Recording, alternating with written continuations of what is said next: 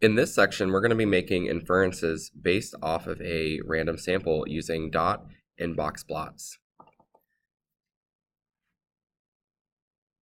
So take a look at the dot plot that I have drawn to the right here. Rosie randomly asked students how many books they had in their backpacks. She recorded the data and created a dot plot.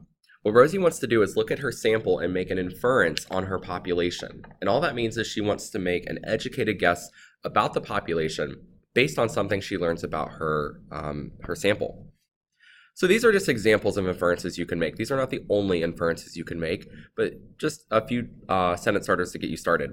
You could say most students have more than one book in their backpack. And that's true. If you look, we have 1, 2, 3, 4, 5, 6 pieces of data that are past 1 on that number line. Most students have fewer than, you could say fewer than 5 books, because that's true. Most students do have fewer than 5 books in their backpacks. You could also say most people have between 3 to 4 books in their backpacks, because we see a lot of data right there clustered in the middle. Now, what could Rosie do to improve the quality of her data? Well, she can increase her sample size.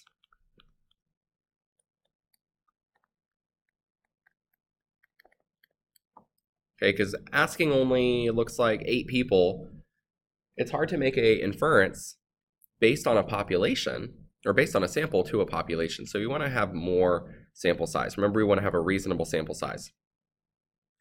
All right, let's look at box plots. The number of pets owned by the random sample of students at Park Middle School is shown below. Use the data to make a dot plot, and this is our data here.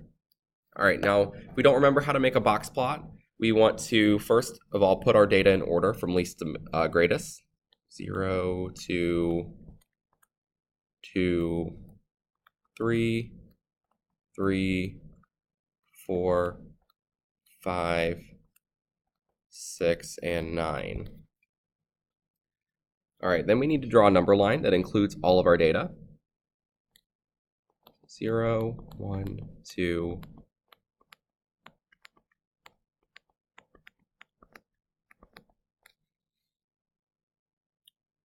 now the first 2 points that we can plot are our minimum and our maximum, which is our smallest and our largest number. And we can go ahead and draw a line that connects those.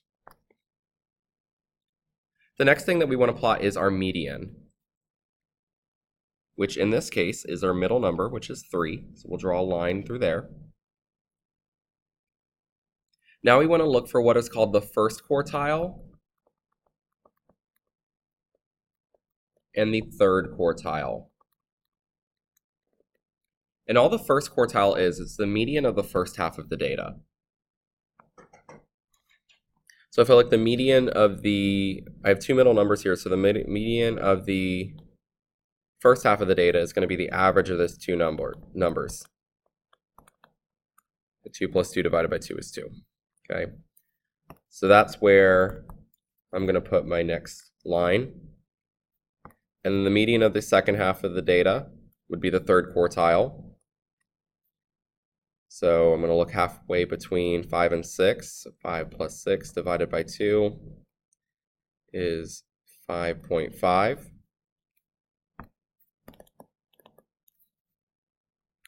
And I'm just going to draw my box. That's a box and whisker plot.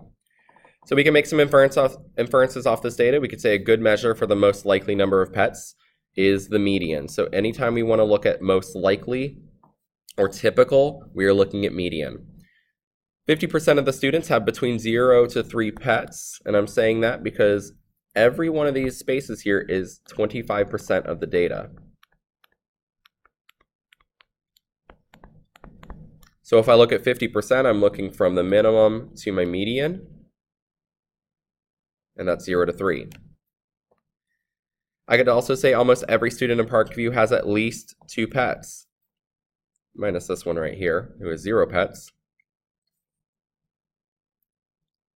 All right, work through example 3 and come get it checked by me, and I'll go over this with you separately.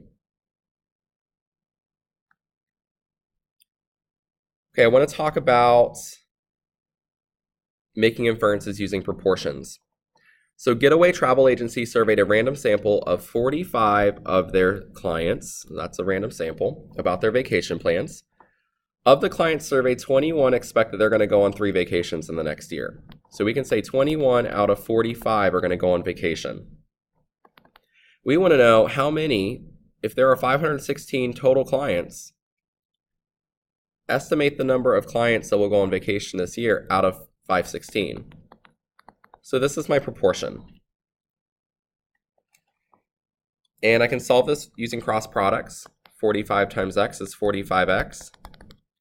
21 times 516 is 10,836. We solve for x by dividing both sides by 45.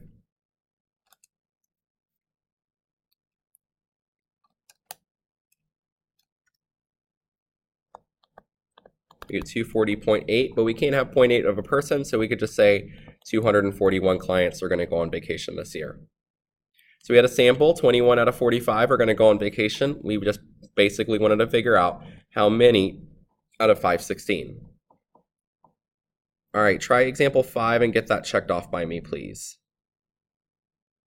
The last thing I want to talk about here is a simulation, and simulations are just computer-generated random samples. So sometimes it's not possible to sample from a population, so we want to create a simulation by pulling random numbers.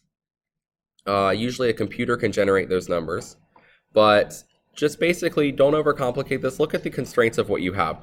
In February, a manager generates a random sample to simulate 10 iPhones to inspect. Okay, so these are the 10 iPhones, and they're just represented by a number. Any integer from 1 to 4 represents a defective iPhone. And I see a number that's 1 to 4 right there. So 1 iPhone is defective in this sample. What percent of iPhones are defective in this sample?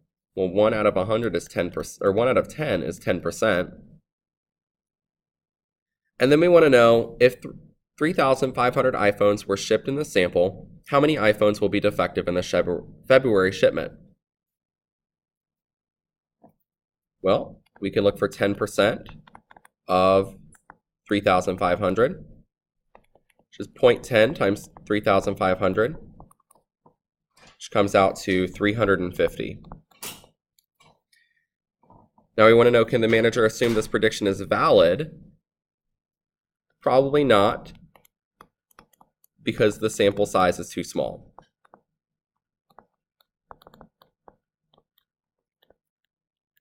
Simulations are valid, they're used a lot, but we want to focus on the sample size here. It is way too small.